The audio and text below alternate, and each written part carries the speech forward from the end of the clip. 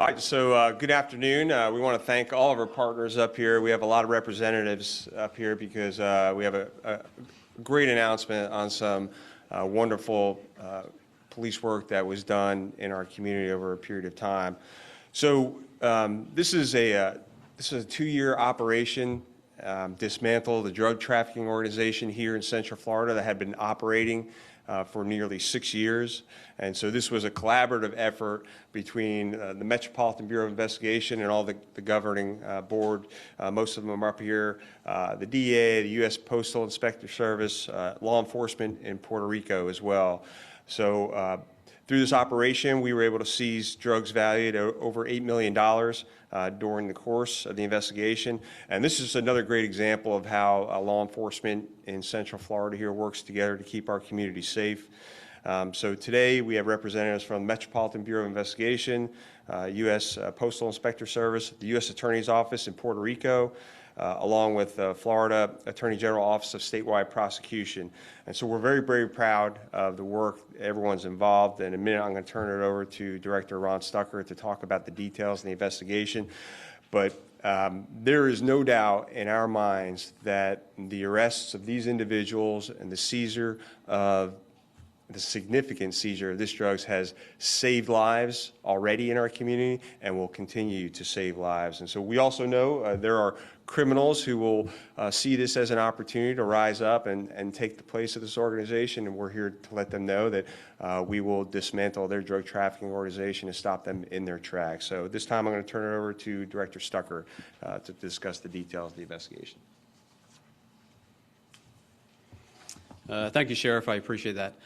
We appreciate you all being here today. We appreciate our partners here. In addition to our MBI governing board members here, we have representatives from the U.S. Attorney's Office in Puerto Rico, Mr. Luis Rivera, and also the Assistant Inspector in Charge of the U.S. Postal Inspection Service out of Miami, Dave Arias, in addition to HIDTA Director A.J. Colazo. So we appreciate them being here today.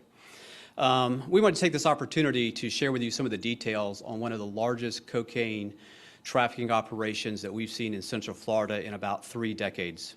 The members of this organization are accused of trafficking hundreds of kilos of cocaine into and through Central Florida. MBI and its partner agencies, the Drug Enforcement Administration and the U.S. Postal Inspection Service, seized over 339 kilos of cocaine during this investigation, and there's a total of 35 defendants. One seizure alone was over 220 kilos of cocaine.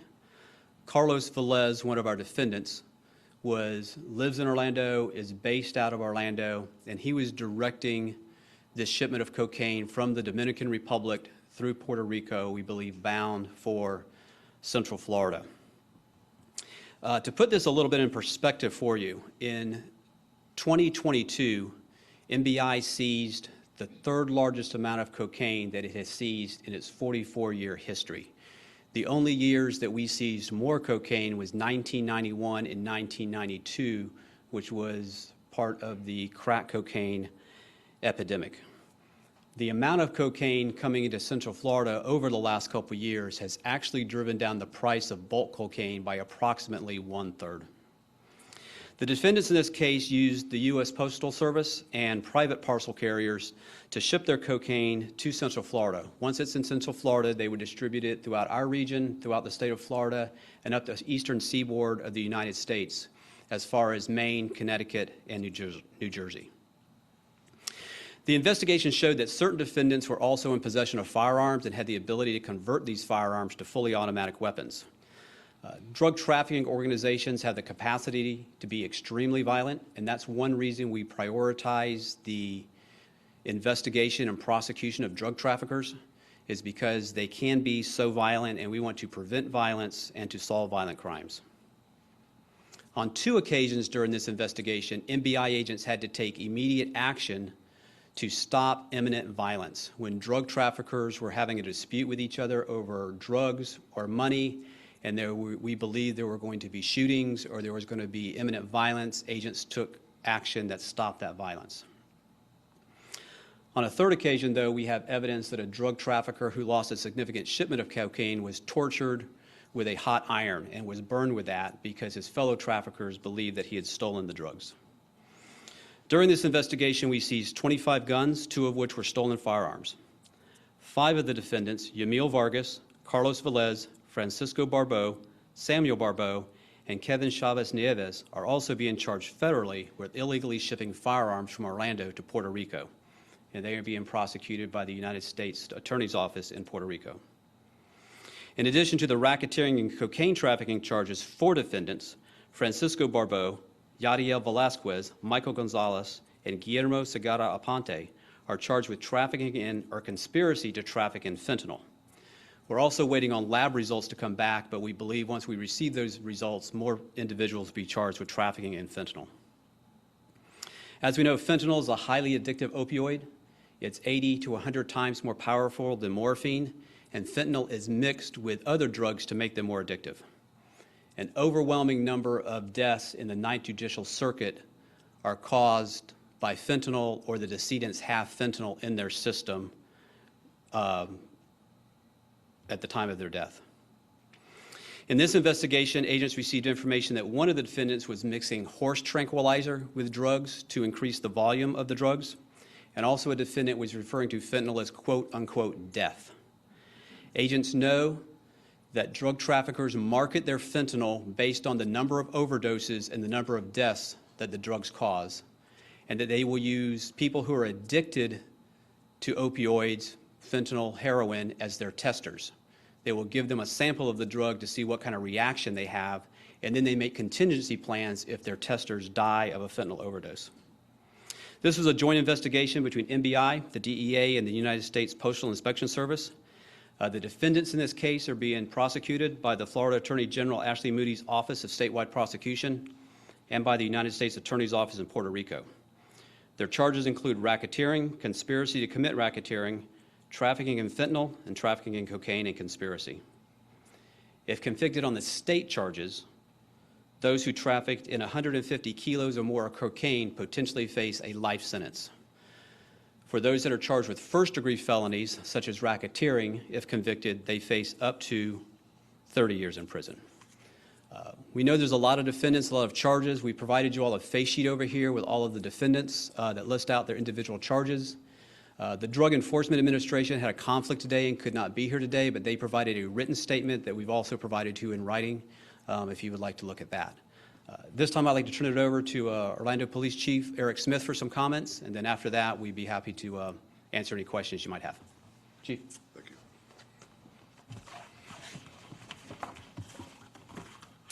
Good afternoon. I want to thank all of you for being here today. I want to take the opportunity to recognize the men and women involved in this investigation. As you will hear today, the arrest, drugs, and firearms seized is very impressive. MBI, DEA, U.S. Postal Inspectors, and authorities in Puerto Rico worked together on this case. Thank you all for your hard work. I also want to recognize the U.S. Attorney's offices in Florida and Puerto Rico and the Office of Statewide Prosecution for the contribution to this case.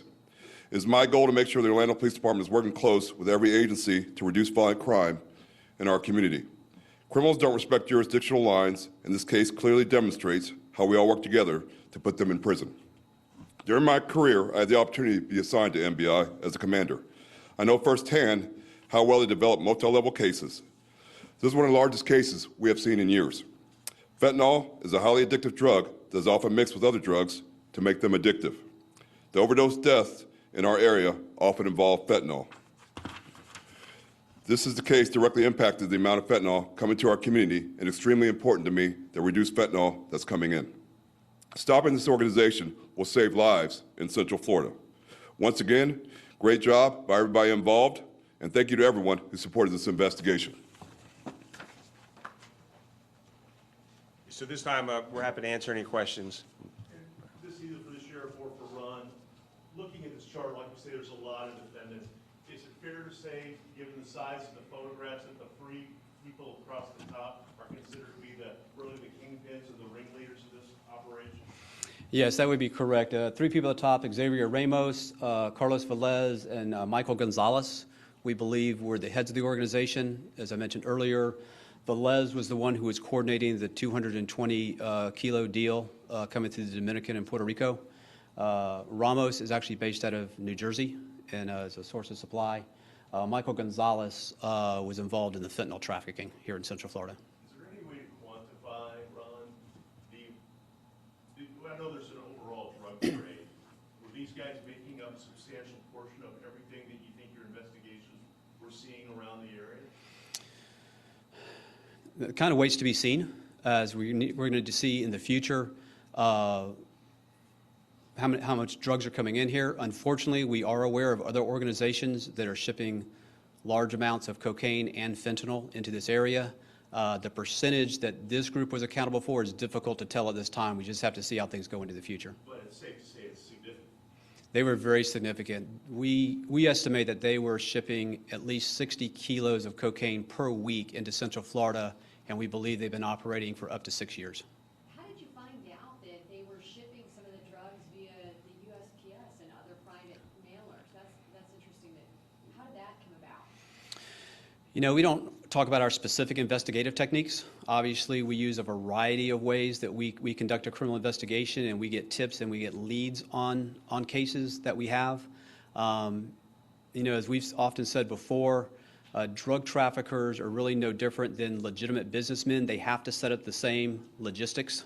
I mean, some use trucks, some use planes, some use boats, some use a parcel service, because they have to move their product from one location to another. And so once we receive information on that, then we begin to investigate and exploit that with our investigators and analysts to see how big that operation is. I know you mentioned that one of the defendants is in Orlando, but how big, can you talk about how widespread in Central Florida they were operating across counties, if you can name any of the counties or cities that they may have been a part of? Sure. They were operating, most of our folks lived and were based in Orange and Osceola County. We did have traffickers that were in Seminole County and Altamont Springs. They were as far as Volusia County, in which they lived and were receiving drugs. We believe there were several hundred addresses over the course of the years that actually received packages at different times. And that does not mean everyone who lived at that address knew what was going on or was aware of what was happening, but their operation was very extensive. And then I believe it is 5 of the defendants who are based solely in Puerto Rico. They live in Puerto Rico, and the rest are in the Central Florida area. Were they putting these all in like one particular stash house or a few different stash houses where they would have big shipments come pick them up and bring them up the East Coast? Or how did that all work? As I said, they received shipments of cocaine to probably just shy of 300 for different addresses. You know, at that point, then they would either repackage that or cut those drugs for distribution here in Central Florida, or they would then send it, break it down still in bulk sizes to send it to different parts of Florida up the eastern seaboard. So there was multiple locations over the course of years that they used to do different parts of that operation. Can you talk about why it's so easy for people to get drugs into Puerto Rico and then here into the United States? And do you think the federal government needs to do more to protect drugs from going into Puerto Rico in the first place? You know, I'm a local law enforcement officer. We do what we do here to do this. I can tell you our federal partners, you know, in this case with DEA and the U.S. Postal Service, not only in this case, but multiple cases, work extremely well with us here in Central Florida. We have a great working relationship with DEA, postal inspectors, HSI, the U.S. Attorney's Office to try to leverage who has the best resources for that.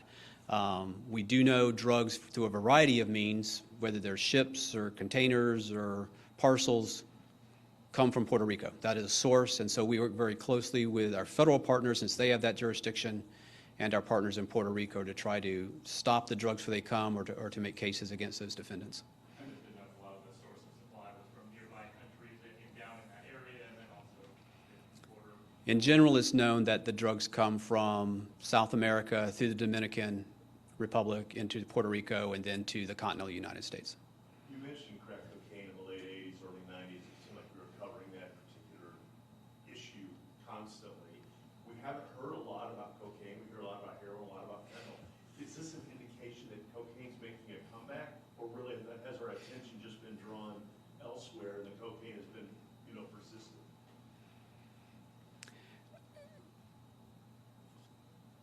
We don't have crack cocaine like we had back in the 80s and 90s. We now have more powdered cocaine. We have observed over the last few years that although we have focused on the overdose being caused by fentanyl and heroin, the actual deaths being caused by cocaine have not dropped. They still remain steady. So there's been a steady supply of cocaine coming to Central Florida. MBI has observed really over the last 4 years significant increases in the amount of cocaine that we are able to seize, which we believe indicates the amount that's coming into Central Florida. So really starting probably about 2019, we began to see an uptick in bulk cocaine shipments coming to Central Florida. You mentioned that some of it was mixed with horse tranquilizer to increase the volume of the drugs. Is that a trend you're now seeing? They always mix it with something. They obviously are not going to sell bulk cocaine to individuals, and so they're going to cut that with something. Horse tranquilizer is not unique to this group. They mix it with all kind of different things. One of the things we're seeing now, of course, is they're mixing almost all drugs are mixed with fentanyl, because fentanyl becomes more addictive, and of course it is so potent. That is why it's driving so many overdose deaths. Some people don't think they're buying fentanyl. They may think they're buying cocaine. We have times laboratories have told us they have found fentanyl in marijuana. People think they're smoking marijuana and there's fentanyl in there, and then the person dies because it takes such a little bit to kill somebody.